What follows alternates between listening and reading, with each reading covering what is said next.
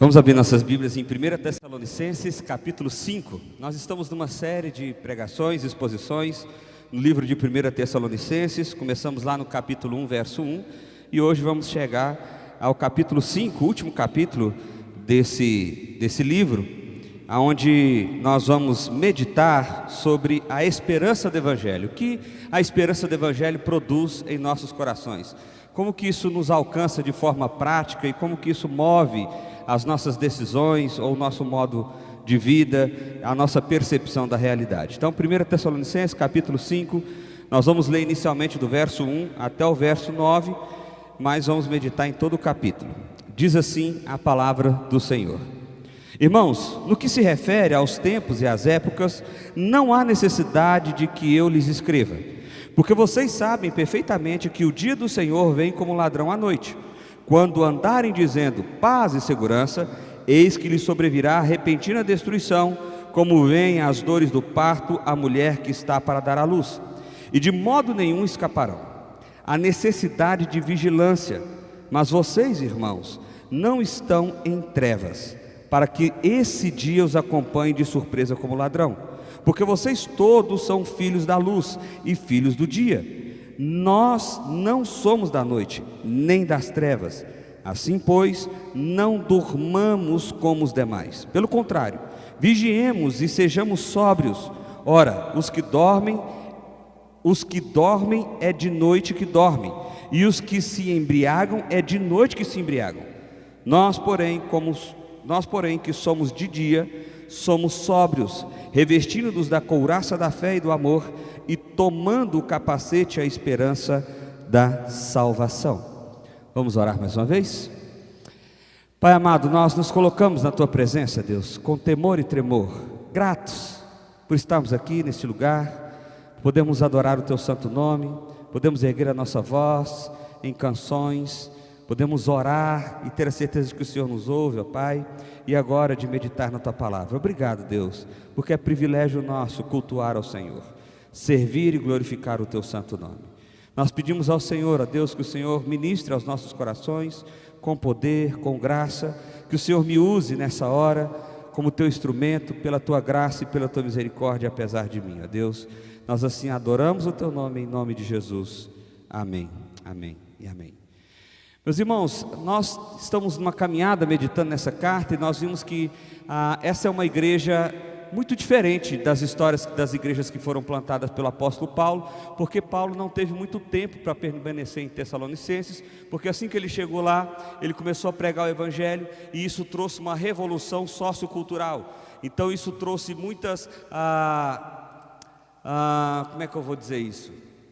Pessoas ficaram iradas com aquele movimento, porque mudou-se a prática, mudou-se a forma dos novos cristãos agirem, se comercializarem e por aí vai. Então eles começaram a perseguir Paulo e tentaram matar Paulo. Paulo teve que sair fugido de lá, foi para uma cidade chamada Bereia, a 160 km de distância. Uma comitiva lá na cidade de Tessalônica foi feita para ir atrás de Paulo. Então agora Paulo teve que ir para mais longe, para finalmente poder fugir daquela galera que estava um pouquinho zangada. Mas Paulo recebe notícias de Sílio e Timóteo do que tinha acontecido em Tessalônica, e ele percebeu que, apesar do pouco tempo, das poucas semanas que ele esteve, uma igreja nasceu, uma igreja pujante, uma igreja alegre, uma igreja de força, uma igreja que propagou o evangelho, e isso é maravilhoso. E aí a carta é escrita com o objetivo de celebrar a Deus pelo testemunho que ele estava recebendo, mas também de trazer algumas instruções, talvez instruções que ele não teve tanto tempo assim para aprofundar ou para falar para aquele povo. E hoje, Paulo vai terminando então essa carta no capítulo 5, e ele vai falar sobre como a esperança da volta de Cristo, como a esperança do Evangelho manifestado em Cristo, gera em nossos corações coisas lindas, maravilhosas e percepções diferentes do que a maioria das pessoas. Em primeiro lugar, então, Paulo vai abordar aí sobre a volta de Cristo, e ele diz assim: irmãos, no que se refere aos tempos e às épocas, não há necessidade de que eu lhes escreva. Então, a primeira coisa que Paulo está dizendo aqui é que, olha, não fiquem tão preocupados assim com essa questão da volta de Cristo. Vai acontecer, mas esse negócio de saber o dia, a hora, Que dia que vai ser? Como é que vai ser? Ao longo da história do mundo evangélico, algumas tradições evangélicas já fizeram isso, e mesmo tendo errado todas as vezes, algumas dessas denominações ainda existem. Eu não sei como, mas elas existem. O ponto é, por que nós vivemos? Nós ansiamos pela volta de Cristo, mas mais do que isso, nós já temos certeza de quem nós somos em Cristo. Por isso essa expectativa de adivinhar o dia, de adivinhar o momento, de adivinhar a hora, como se esse fosse a solução, como se essa fosse agora a maneira que eu vou viver, porque eu sei que em 2025, dia 14 de dezembro, Jesus vai voltar. Isso não é profecia não, tá gente? Isso é só... Então agora eu vou fazer o que eu tenho que fazer porque está chegando. Não, peraí. Você é quem você é, não porque Cristo está vindo, mas porque Ele já veio.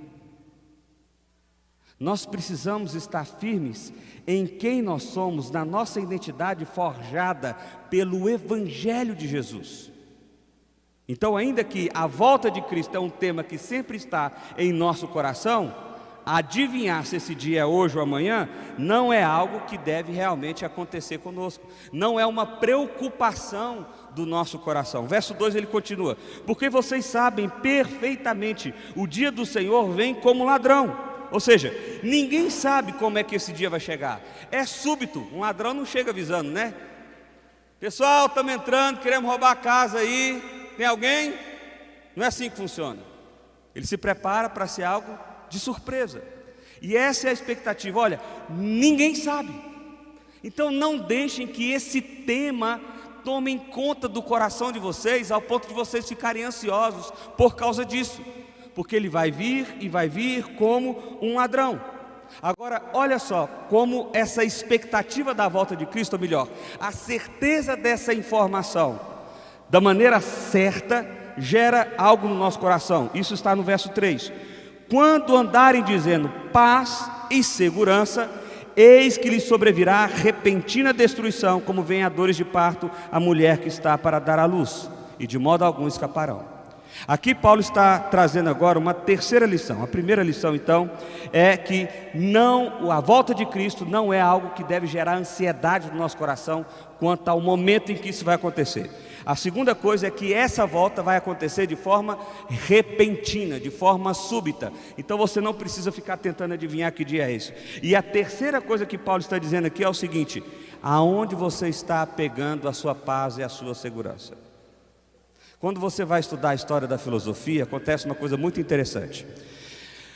No século XIX, foi o século chamado de modernidade, o início da modernidade, porque você está falando de um período de revolução industrial, onde várias ciências estavam em desenvolvimento, e a própria filosofia achava que finalmente ia achar a resposta do andamento da vida, a lógica da ordem do mundo. Então parecia que o homem estava evoluindo para um processo de que realmente nós vamos encontrar o ápice. Mas aí aconteceram algumas coisas, especialmente a Primeira e a Segunda Guerra Mundial. E com esses acontecimentos, a percepção de que a resposta está no homem morreu. A filosofia disse assim: olha, acabou. Porque o homem, apesar de ter evoluído tanto, apesar de ter crescido tanto, é capaz de fazer tanta atrocidade, é capaz de se destruir de forma tão severa, que não é possível que a resposta esteja na capacidade do homem de construir uma resposta. Porque apesar dos tempos mudarem, apesar da tecnologia avançar, apesar do conhecimento a se desenvolver, o coração do homem continua sendo o coração do homem descrito na palavra de Deus: pecador, orgulhoso, vaidoso, ciumento, mau. A questão é, quando vocês andarem dizendo paz e segurança, quando vocês pensarem, olha, agora nós alcançamos o ápice da nossa humanidade, agora nós alcançamos o ápice da civilização, o ápice de viver em sociedade, nós encontramos o que é paz, nós encontramos o que é segurança. Quando vocês pensarem que isso foi produzido pelas próprias mãos de vocês, é justamente nessa hora que vai vir repentina destruição. É exatamente isso que aconteceu na expectativa do conhecimento humano, na expectativa de quem estava construindo o pensamento humano na época da Primeira e da Segunda Guerra Mundial. Nós estamos alcançando o ápice e de repente veio total destruição do mundo inteiro. E a gente tem uma aparente paz, não tem? O sistema financeiro parece que agora funciona melhor, a globalização parece que nos ajudou, o pensamento compartilhado e as ciências compartilhadas parece que agora nos faz desenvolver mais e mais e mais. E isso vai trazendo para nós alguma expectativa ou uma segurança sobre o que é e sobre quem nós somos. Mas o que Paulo está alertando aqui é o seguinte: olha, quando vocês se sentirem assim, percebam, haverá repentina destruição, e ela será inevitável, assim como é inevitável as dores do parto para a mulher que está para dar à luz.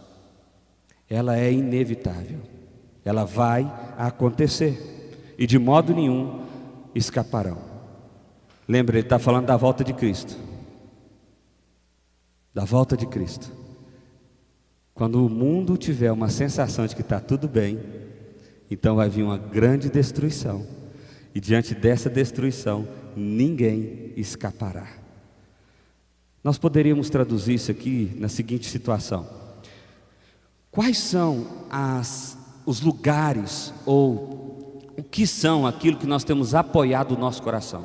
O que tem trazido segurança e paz para o seu coração? Condição financeira, conhecimento humano, status social? O que é que tem trazido para você uma percepção de paz e segurança? Se apoie nisso, é como se Paulo estivesse dizendo isso: se apoie nisso e fique preparado para cair. Se apoie nisso e fique preparado para ver a destruição. É isso que Paulo está dizendo aqui. Mas o texto continua, ele vai dizendo assim: olha, segundo lugar, vocês são filhos da luz. Olha só o que diz: mas vocês, irmãos, não estão em trevas, para que esse dia os apanhe de surpresa como ladrão, porque vocês são todos filhos da luz e filhos do dia. Nós não somos da noite nem das trevas.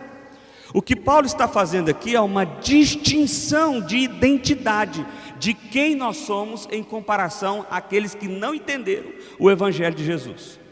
Aqueles que entenderam o Evangelho de Jesus são filhos da luz, eles andam durante o dia, eles são filhos do dia, eles não são filhos da noite, eles não andam durante a noite. Mas agora ele vai explicar o que é exatamente isso. Olha só: assim pois, não durmamos como os demais, pelo contrário, vigiemos e sejamos sóbrios. Aqui ele está fazendo uma distinção, pensa em duas colunas aqui: filhos do dia, filhos da noite. Qual é a distinção entre eles?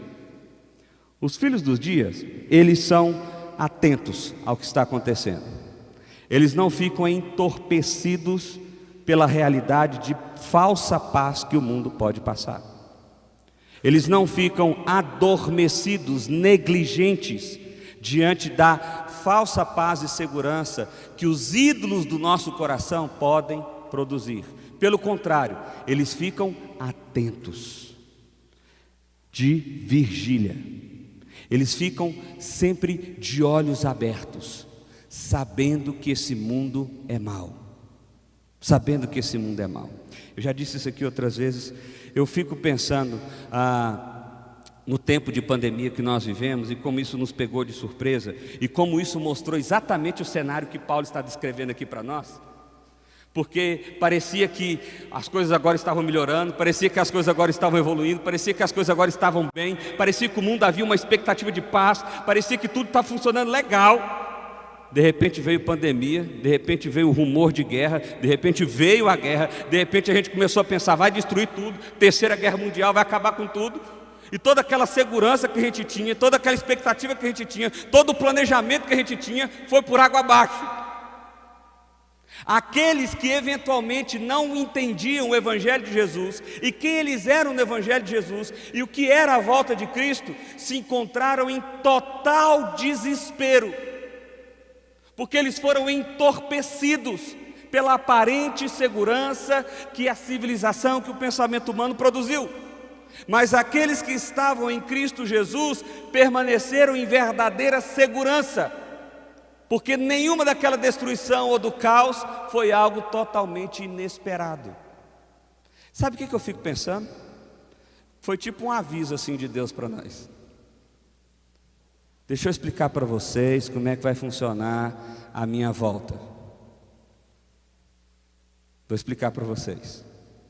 Quando vocês estiverem esperando que nada de mal vai acontecer, quando vocês estiverem achando que estão no controle, nas rédeas da história humana, eu vou mostrar para vocês que vocês não têm o controle de absolutamente nada.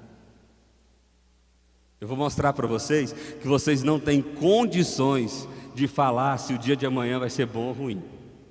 Eu vou mostrar para vocês que vocês não têm condições de produzir paz e segurança pelas suas próprias mãos. Então vou dar uma amostra grátis. Um vírusinho vai passar por aí, vai dar um susto, vai produzir divisão entre vocês, pensamentos diversos, vai produzir, vocês vão observar que o pensamento científico vai entrar em colisão, que aquilo que era verdade para um não é verdade para outro. Pode ter especialista disso, especialista daquilo, mas não interessa, porque agora está todo mundo vivendo o caos. Uma amostra grátis, para vocês entenderem que a segurança não está no conhecimento, não está naquilo que as nossas mãos produziram, não está no mundo globalizado, numa civilização mais ordenada. Basta uma pequena coisa para vocês experimentarem caos e destruição. Amostra grátis. Tivemos uma amostra grátis. Mas o texto continua. A diferença então dos filhos da luz é que eles são atentos, eles são sóbrios. A palavra sóbrio aqui é que eles não ficam, eu estou usando muita palavra entorpecido, mas é a melhor palavra que me vem à mente, mas eles não ficam entorpecidos pelo status social, pelo dinheiro, pelos prazeres que a gente pode ter. Eles não ficam presos a essa realidade de ídolos que o nosso coração vai produzindo. Pelo contrário, eles estão atentos. Os filhos da luz, aqueles que têm identidade forjada no Evangelho de Jesus, conseguem dizer não para essas tentações, conseguem perceber essa falsa segurança para caminharem firmes em Cristo Jesus, vigilantes, atentos diante das tentações que estão por vir. Mas ele continua: ora, os que dormem, ou seja, esses que são negligentes, esses que não têm vigilância nenhuma, esses que na verdade estão vivendo intoxicado pela realidade cultural, eles se embriagam e o fazem de noite. A ideia da noite aqui é a ideia do escondido, das trevas, daquilo que não é bom. Eu estava conversando com uma pessoa, acho que ontem, e a gente estava falando sobre os relacionamentos que nós temos, sobre os vínculos que nós criamos e as pessoas com quem nós caminhamos. E é impressionante que, dependendo do círculo de relacionamento que você tem, você passa a frequentar lugares que você achava que não frequentaria. Você passa a estar disposto a estar em ambientes que, num primeiro momento, você diria: eu jamais iria. Mas você vai sendo conduzido, e não importa se você tem 3 anos, 10 anos, 15 anos, 20 anos, 50 anos, 60 anos ou 80 anos. A gente vai sendo simplesmente conduzido, a gente vai sendo entorpecido, embriagado, e quando a gente percebe, nós estamos totalmente envolvidos na noite, nas trevas, naquilo que é mal. Porque o nosso coração não ficou atento, o nosso coração foi se embriagando, foi se intoxicando pela realidade daquilo que foi apresentado a nós. E a gente vai dando um passinho só, gente. É um passinho só. Eu já fiz essa ilustração aqui uma vez. É mais ou menos isso aqui, ó. Imagine que você está firme aqui olhando para a cruz. A cruz está aqui, né? Imagine que você está ali firme olhando para a cruz e de repente vem Satanás e faz isso aqui, ó. É só isso aqui que ele está fazendo. E aí você dá uma olhadinha. Não, vou não. Mas ele não para, ele não desiste, ele é persistente. Você dá outra olhadinha e fala: esse negócio parece que é legal. Aí você vem. Quando você chega aqui, e a cruz está ficando para lá. Só que o segundo passo, ele é mais rápido, ele não demora tanto. E ele vai. E você vai indo. E quando você percebe, Quando você se dá conta, você está envolvido na noite, nas trevas, porque você foi intoxicado, entorpecido, embriagado. Mas verso 8 Paulo diz: nós, porém, que somos do dia, sejamos sóbrios, não sejamos iludidos, estejamos atentos. Nós sabemos que isso é fake news, isso não é real. Essa paz, essa aparente segurança, esse aparente prazer, e isso vai ter uma conta, e uma conta cara, pesada. E como então que nós permanecemos sóbrios? Como então nós permanecemos vigilantes, acordados, e não como alguém que dorme? Ele vai dizer no verso 8: nós, porém, que somos o dia, sejamos sóbrios, revestindo-nos da couraça da fé e do amor, e tomando como capacete a esperança da salvação. E aí ele destaca 3 palavras que ele repete quase que em todas as suas cartas, como a tríade do Evangelho: fé, amor e esperança. Eu creio em Deus, eu tenho uma identidade forjada por Ele, eu vivo o amor dEle é o que preenche o meu coração. Não é o que posso ser entorpecido ou embriagado, mas é o amor de Deus que preenche o meu coração. E agora eu caminho olhando para a frente na esperança daquilo que Cristo fez e daquilo que Ele fará. E assim eu permaneço sóbrio e vigilante, com fé, com amor e com esperança. Essa é a fórmula da nossa vida. Essa é a nossa equação de 2º grau da salvação: fé, amor e esperança. Mas Paulo continua, porque se a nossa percepção do dia de amanhã é diferente, ou seja, nós sabemos que Jesus vai voltar, mas não estamos tentando adivinhar o dia, nós sabemos que isso vai acontecer de forma repentina. Se ao ser forjado pela identidade de Cristo, nós somos filhos da luz e não filhos das trevas, nós caminhamos no dia e não na noite, nós caminhamos vigilante e não entorpecidos. Isso gera agora uma comunidade, e é o que Paulo vai dizer para nós em 3º lugar. Olha só, verso 9: porque Deus não nos destinou, aqui é uma coisa linda, Deus não nos tomou pela mão e nos forjou uma identidade nova para que a gente caminhasse em caminhos diferentes. Quais são os caminhos que Deus fez com que nós caminhássemos, uma vez que a gente tem uma identidade forjada no Evangelho dele? Ele não nos destinou para a ira. A ira não é o fio condutor das nossas ações. A ira não é o fio condutor das nossas relações. A ira não é o que move os nossos corações. Não. Os que andam nas trevas, na noite, os que estão dormindo ou entorpecidos, esses andam na ira. Mas aqueles que foram alcançados pelo Evangelho de Cristo Jesus, esses não foram destinados a caminharem no caminho de ira. Segundo, mas para alcançar a salvação mediante o nosso Senhor Jesus Cristo. Qual é o nosso objetivo? Qual é o nosso propósito? O nosso propósito é caminhar de mãos dadas, uma vez que fomos salvos por Ele. Então agora nós manifestamos essa salvação durante a nossa caminhada. Verso 10: que morreu por nós, para que vigiemos, quer durmamos, vivamos em união com Ele. Então o objetivo é, nós não caminhamos na ira, e a ira aqui ela tem não só essa questão de ser raivoso, mas alguns teólogos vão argumentar que isso também revela que é o orgulho do nosso coração, porque a ira é uma manifestação do orgulho que está dentro de nós, porque nós não damos razão, ou não estamos abertos a ouvir o contraditório, por exemplo, então nós ficamos irados. Ou se as coisas não acontecem como a gente esperava, então nós ficamos irados. Ou se nós queremos impor sobre o outro aquilo que nós queremos, então nós ficamos irados. Então tudo isso é manifestação. A ira é uma consequência, na verdade, de alguém ensoberbecido, alguém orgulhoso, alguém vaidoso, alguém que pensa que tem o controle e a rédea das vidas em tuas mãos.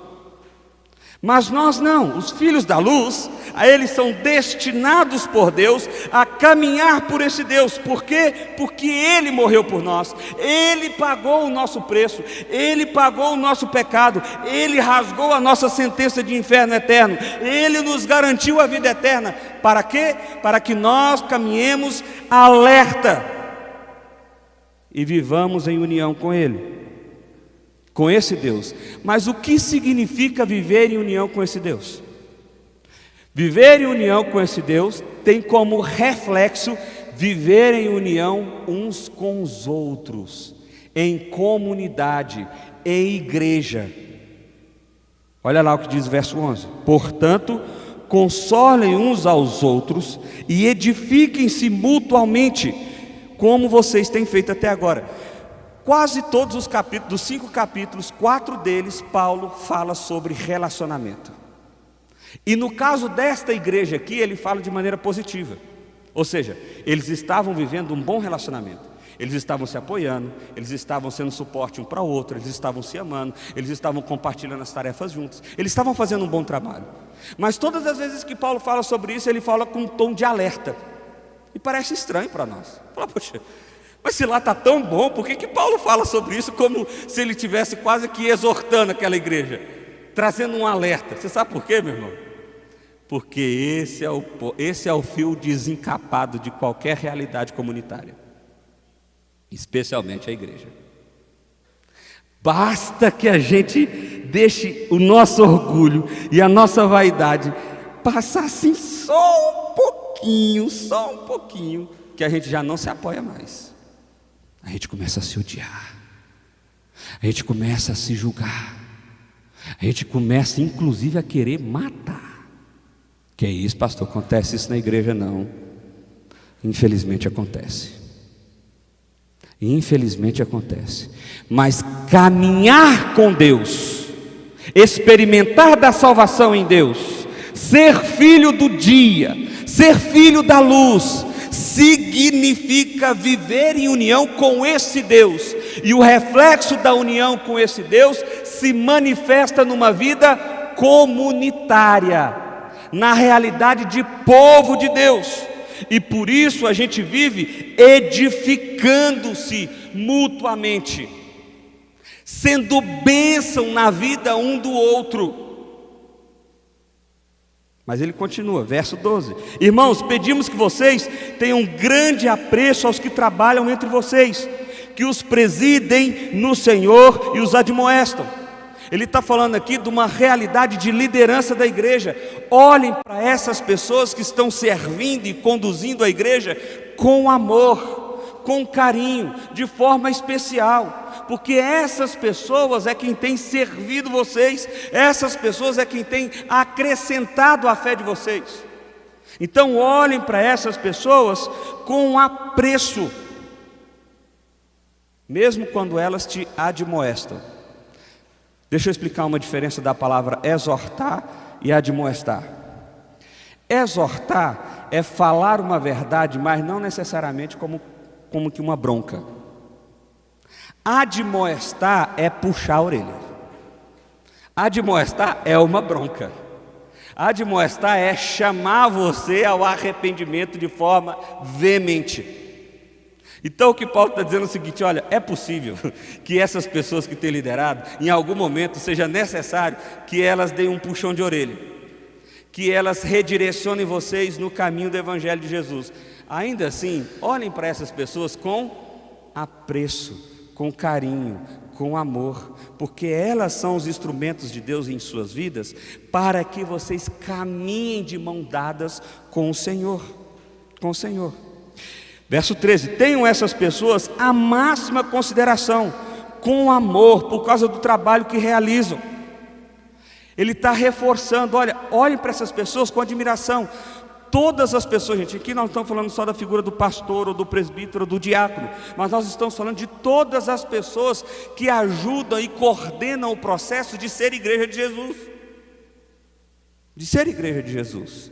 Olhem para essas pessoas com a máxima consideração. E eu acho isso aqui interessante, porque Paulo possivelmente está prevendo que essas pessoas vão decepcionar pessoas, vão frustrar pessoas, porque nós não estamos falando de ser liderados por Jesus em pessoa, mas nós estamos falando de ser liderados por outras pessoas que representam esse evangelho de Jesus.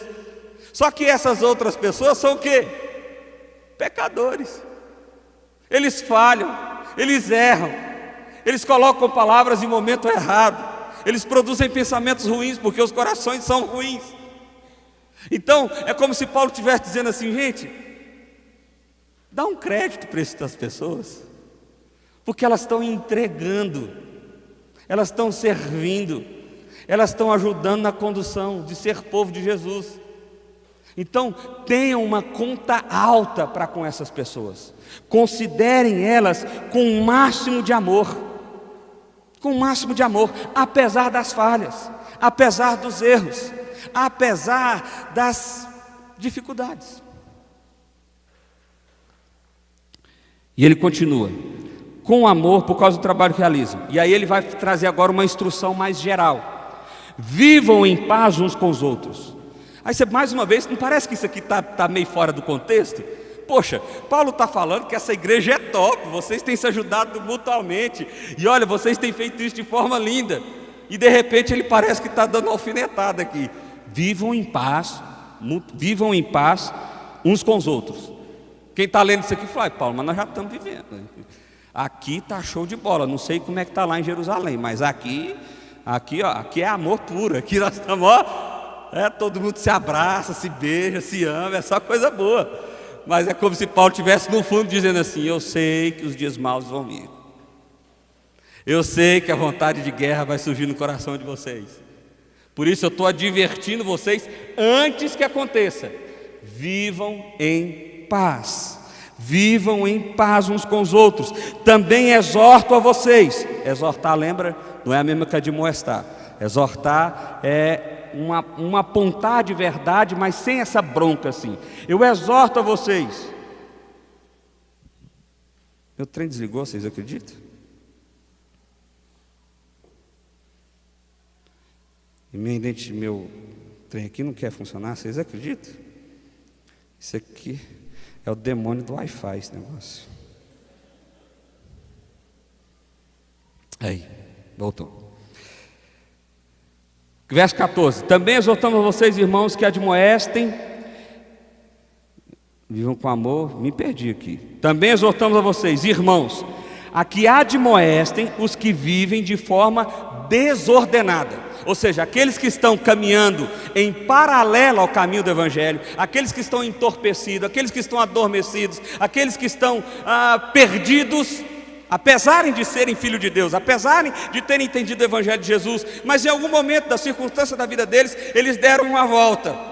Esses vocês precisam admoestar, puxar a orelha, apontar o pecado, denunciar o pecado, mas conduzi-los à graça. Isso é admoestar.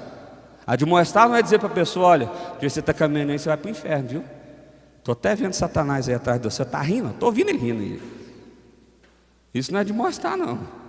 Admoestar é dizer o seguinte: olha, Cristo Jesus morreu na cruz para que você tivesse uma nova identidade, para que você fosse uma nova pessoa, para que você percebesse a vida com uma nova esperança. Mas da maneira que você tem vivido, você tem rejeitado tudo isso. Então arrepende do seu pecado. Jesus continuou com os braços abertos para receber um coração contrito. Então arrepende do seu pecado e corre em direção a Ele. Viva em comunhão com Ele. Você está entorpecido pela sua vaidade, pela circunstância da sua vida, pelo dinheiro que você ganhou, não sei qual é a sua questão, mas arrependa-se agora mesmo do seu pecado e volte o seu coração para Deus totalmente. Isso é admoestar. Console os desanimados, os desesperançosos, aqueles que estão tristes. Consolem essas pessoas. Anime o coração dessas pessoas. Ampare os fracos. E amparar aqui é a ideia de você ser suporte. Sabe aquele negócio que a gente usa aqui? Como é que chama aqui? Muleta? Muleta? É aquilo. A ideia dessa palavra aqui de amparar é isso. Você literalmente vai pegar aqui, ó, e vai amparar a pessoa. Ela está fraca. Então você vai fortalecer, caminhar junto com ela, até que ela tenha condições de caminhar com as próprias pernas. E sejam pacientes com todos. Quando a primeira vez que eu li essa palavra, eu fiz assim: sejam pacientes com os tolos. Porque a ideia aqui é que haverão pessoas com mais dificuldade de entendimento. Haverão pessoas com mais dificuldade de caminhar na mesma velocidade. Haverão pessoas com mais dificuldade em diversas questões. Como que a gente age com essas pessoas? Deixa do meio do caminho que se exploda. Não! Sejam pacientes com essas pessoas. Tenham paciência com essas pessoas. Porque essa é a realidade de alguém que caminha na luz, que caminha de dia. Percebe que o que Paulo está fazendo aqui é viver em união com Ele, Deus, é viver em união uns com os outros. Uns com os outros, manifestando essas características que tem aqui. Verso 15: tenham cuidado para que ninguém retribua os outros mal por mal. Pelo contrário, procure sempre bem uns aos outros e o bem de todos. Mais uma vez, eu falo, Paulo está aqui, gente, vocês são maravilhosos, vocês são espetaculares, olha, só testemunho bom, mas por favor, procure não agir de maneira má com as pessoas que estão do seu lado. E aí quem está recebendo a carta fala assim: gente, quem está dedurando a gente para Paulo? Porque está sabendo de alguma coisa que nós não estamos sabendo. Ele elogia a gente, depois dá uma naquilo. Gente, eu não estou entendendo isso não. Quem é que está fazendo mal aqui entre nós? Talvez isso nem tivesse de fato acontecendo. Mas Paulo, mais uma vez, ele conhecia o coração humano. O coração humano há uma tendência de, como primeira escolha, fazer o que é mal. E se nós não estivermos atentos, vigilantes, andando durante o dia, a nossa tendência é fazer o mal. Por isso Paulo está advertindo: vocês são filhos do dia, vocês não devem estar entorpecidos, vocês não devem estar dormindo, estejam acordados, atentos e vigilantes, para que vocês não façam mal com o mal, mas façam o bem, uns para com os outros e para com todos.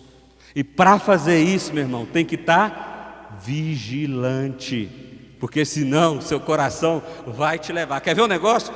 Toda vez que você age instintivamente, começa a perceber como é a manifestação do pecado que tem no seu coração. Alguém começa a brigar com você e sua resposta instintiva é: oh, eu te amo, não briga não. Não é mesmo? Você avança na pessoa, pelo menos dá vontade. É a revelação do nosso coração. E aí Paulo termina dizendo o seguinte: olha só, prestem atenção, Jesus está vindo. É o que ele está dizendo. Eu estou tentando recapitular a ideia toda, porque são muitas informações nesse capítulo, né? Mas prestem atenção, Jesus está vindo. Mas não fica preocupado com esse negócio de dia, não. Isso aí não tem que ficar tomando: ai meu Deus, será que é amanhã? Ai meu Deus, será que é semana que vem? Ai meu Deus do céu. Não, relaxa. Tranquilo. Ele está vindo, é um dia que ninguém sabe, é como um ladrão. O que você tem que estar na sua mente, sabendo que Ele está vindo? Não busque paz e segurança naquilo que os seus olhos podem ver. Porque se vocês fizerem isso, vocês vão ver que vai vir uma destruição repentina. E se fosse hoje que o apóstolo Paulo estivesse escrevendo, ele ia falar assim: inclusive, tomem o período da Covid como uma amostra grátis disso. Segundo lugar, olha, vocês são filhos da luz, por isso vocês caminham atentos, vigilantes, vocês têm uma nova identidade, um novo caráter, uma nova percepção da vida. Vocês não são como os filhos das trevas, que se permitem embriagar pela realidade do mundo, que se permitem caminhar entorpecidos por aquilo que o mundo pode oferecer como paz ou segurança. E depois ele diz, como reflexo de viver com Deus, vocês manifestam isso na ideia de comunidade, de ser povo de Deus, fortalecendo os fracos, sendo paciente com todo mundo, admoestando aqueles que estão dando a volta em caminhos que não são os melhores. Vocês se ajudam mutuamente e fazem o bem. E por último, ele vai mais uma vez voltar para a volta de Cristo. Ele diz assim: olha, estejam sempre alegres, orem sem cessar, e em tudo deem graças, porque essa é a vontade de Deus para vocês em Cristo Jesus.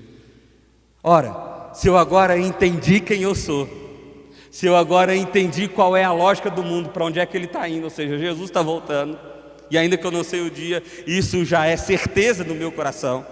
Então agora isso me traz uma alegria permanente, uma alegria perene. Eu permaneço num estado de alegria, porque eu sei que Jesus está vindo. Não importa qual é a crise do mundo, não importa qual é a guerra que vai acontecer, não importa qual é a bomba que vai explodir. A minha realidade já está tudo certo. Jesus está vindo, eu sou filho dele, e meu amigo, eu só estou esperando para esse negócio acontecer. Ao mesmo tempo que ore sem cessar. E por que isso? Para que nós não esqueçamos dessa realidade, para que a gente sempre se lembre de quem nós somos, e para que a gente desfrute dessa intimidade com Deus. Esse é o fundamento da alegria. Se eu não oro, se eu não tenho intimidade com Deus, se eu não me relaciono com Deus, se eu não me percebo em Deus, eu não tenho alegria, eu tenho medo, eu tenho ansiedade, eu tenho frustrações, porque é isso que todo dia me é apresentado. Mas na medida que eu oro, que eu lembro quem eu sou, que eu sei quem eu sou, que há uma reafirmação diária dessa identidade em Cristo Jesus, então eu permaneço em alegria, e como consequência disso, eu tenho uma vida de gratidão. Olha que coisa legal. Eu tenho uma vida grata. Eu consigo encontrar gratidão em todas as circunstâncias. Eu consigo observar a vida com leveza. Você já se colocou numa situação, ou já pensou em estar numa situação que você fala assim: cara, se isso aqui der errado, acabou minha vida. Se isso aqui não acontecer, já era. Não era, porque a realidade de quem está em Cristo Jesus, nunca existe a última porta, porque a última porta, na verdade, é a volta de Cristo, é quando Ele vier. Essa é a última porta. Não há circunstâncias dessa vida que te levam a uma condição de que é a última chance. Não. E aí agora Paulo faz uma última advertência, verso 19: não apaguem o Espírito. E essa expressão pode ser mal entendida, porque nós somos habitação do Espírito Santo. Então quando ele diz isso, você pode ter a ilusão de que ele está falando assim, ó, assim como uma chama, não apaga o Espírito, não toca água nesse fogo. Não é isso que ele está dizendo. O que ele está dizendo aqui está mais para você entender assim: olha, não tampem os ouvidos para a instrução do Espírito. Não deixem de ouvir o Espírito, não deixem de dar atenção ao Espírito, não deixem de perceber a voz do Espírito. Como que a gente faz isso? E aí ele dá 3 características aí. Não desprezem as profecias. Profecias no Novo Testamento, não só nesse texto, mas em todos os textos do Novo Testamento, é uma referência à palavra de Deus, e não aquele processo que talvez você tenha ouvido de adivinhação de futuro. Isso não é profecia. Profecia é o anúncio da palavra de Deus. Então ele está dizendo: olha, não despreze o anúncio da palavra de Deus. Segundo lugar, examinem todas as coisas. e retém o que é bom. Ouça, leia, veja, mas retenha o que é bom. Se envolva culturalmente, esteja inserido numa realidade social. Você faz parte de uma cidade, mas isso não significa que você tem que caminhar naquilo que é ruim. Isso não significa que você tem que caminhar naquilo que é das trevas. Retenha o que é bom, viva a realidade do que é bom. Terceiro, abstenha-se de toda forma de mal. Em outra versão, corre do mal, foge do mal. Tem alguma coisa que parece mal? Gente, eu não sei você, mas eu já tive isso tantas vezes na minha vida. Tem circunstâncias que você pensa assim, gente, isso parece latada. Esse trem tá, olha, tem cheiro, tem gosto, tem tudo para ser latada. Mas há uma esperança louca no nosso coração que fala assim, não, mas não vai ser não. Chega lá, vai ser bom. Quando você entra, é latada. Você já tinha visto, você já tinha percebido, você já tinha entendido que era. Mas eu não sei porquê, tem uma esperança doida que você fala, não, dá para ir. Não, não dá não, foge. Vira, muda a direção. Qualquer coisa que pareça mal, não arrisque, não tente. Não, vou responder só essa mensagem. Vamos ver onde é que esse trem vai dar. Não, eu vou conversar só com aquela pessoa. Às vezes não é nem ruim assim, todo mundo fala, mas não é não. É sim, foge desse negócio. E por que a gente tem que fugir? Porque no nosso coração tem um imã para aquilo que é mal. É por isso que tem essa falsa esperança de que não, vai dar certo. Todo mundo falou que não presta. Não, mas vai dar, para mim vai dar. Não vai dar não, vai dar ruim. Foge. O seu coração é atraído por aquilo que é mal. Por isso a necessidade de ser vigilante.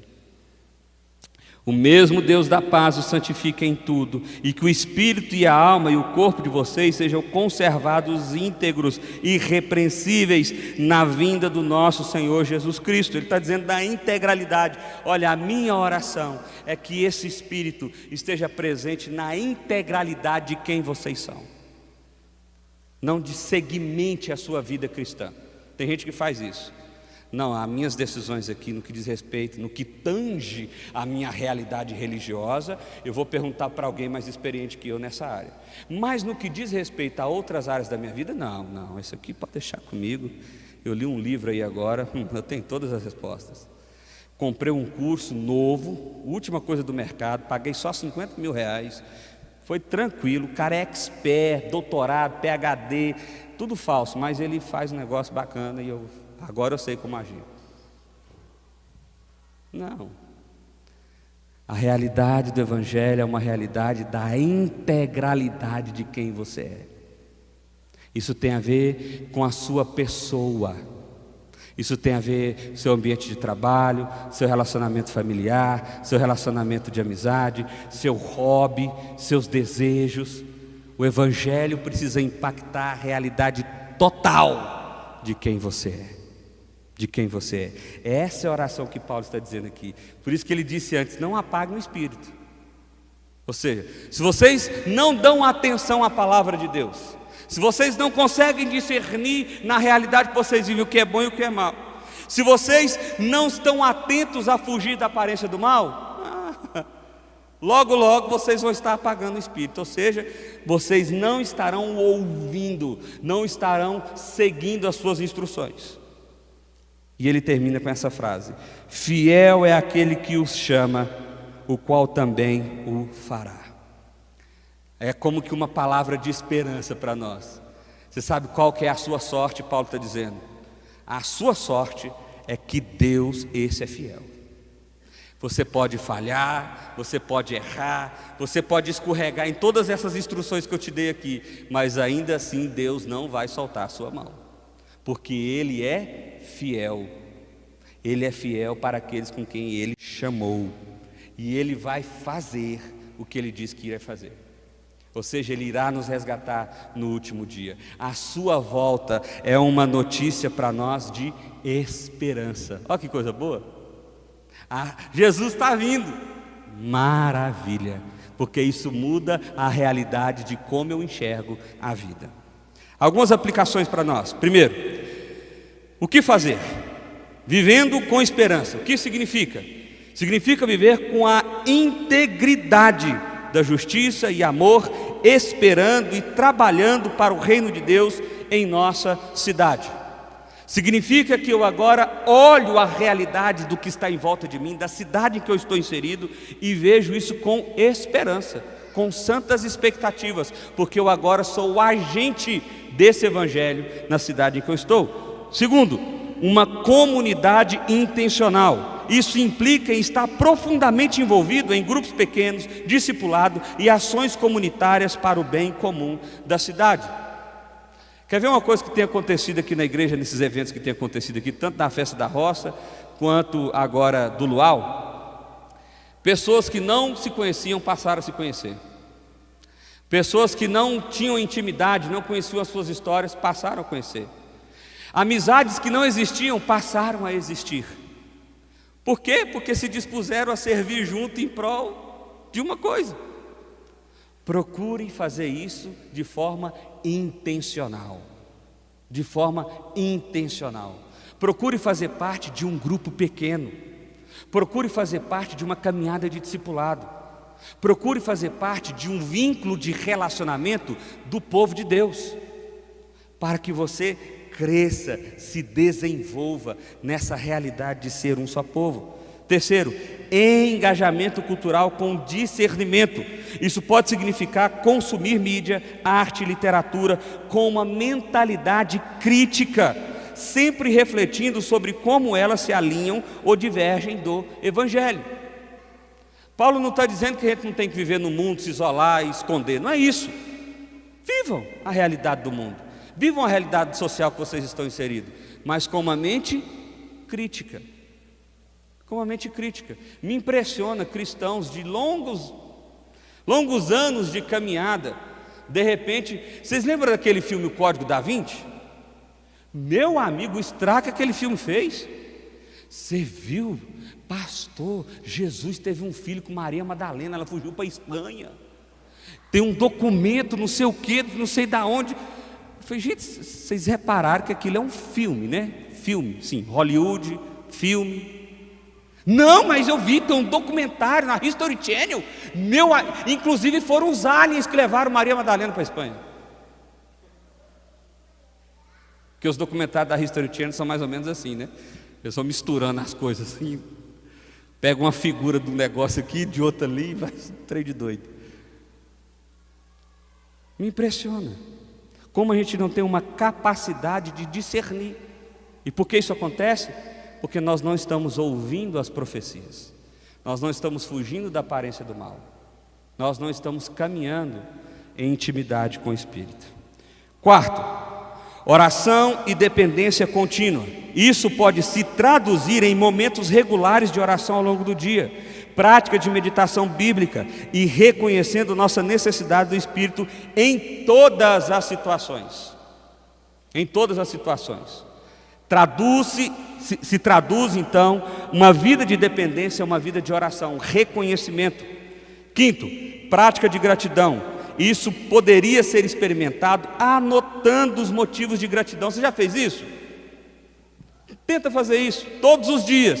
Pega uma agenda, um caderno, não sei, e começa a escrever motivos de gratidão ou motivos que você tem para agradecer que aconteceram durante aquele dia. Eu sei, sua mente vai te levar a fazer os motivos de reclamar, mas tenta fazer os motivos de agradecer. Participando de atividades de ações de graça durante cultos, reconhecendo o cuidado de Deus em todos os momentos. E sexto lugar e último, a valorização da profecia e da palavra. Isso implica em um compromisso regular com a pregação bíblica, estudo da Bíblia em grupo ou de forma individual e uma necessidade de conhecer a Deus através da sua palavra. E aqui vai um alerta: não terceirize o seu conhecimento de Deus. Não terceirize o seu conhecimento de Deus. Porque como é que você vai discernir se uma pregação é bíblica mesmo ou não? Como é que você sabe que o que eu falei aqui realmente foi o que Deus queria que você ouvisse? Você só vai saber disso se você conhecer a palavra dele. Senão, qualquer pregador pode te levar a caminhos terríveis, que não são os caminhos do Senhor.